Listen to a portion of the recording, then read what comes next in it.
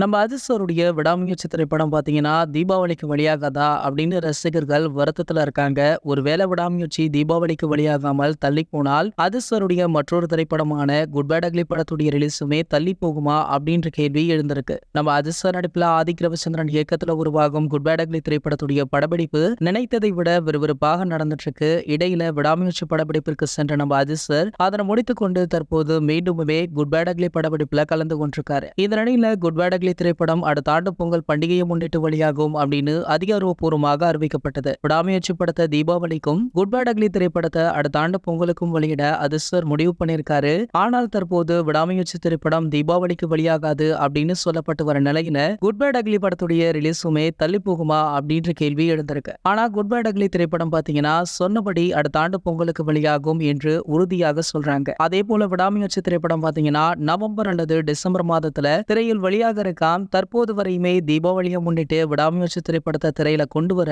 படக்குழு முயற்சி பண்ணிட்டு இருக்காங்க.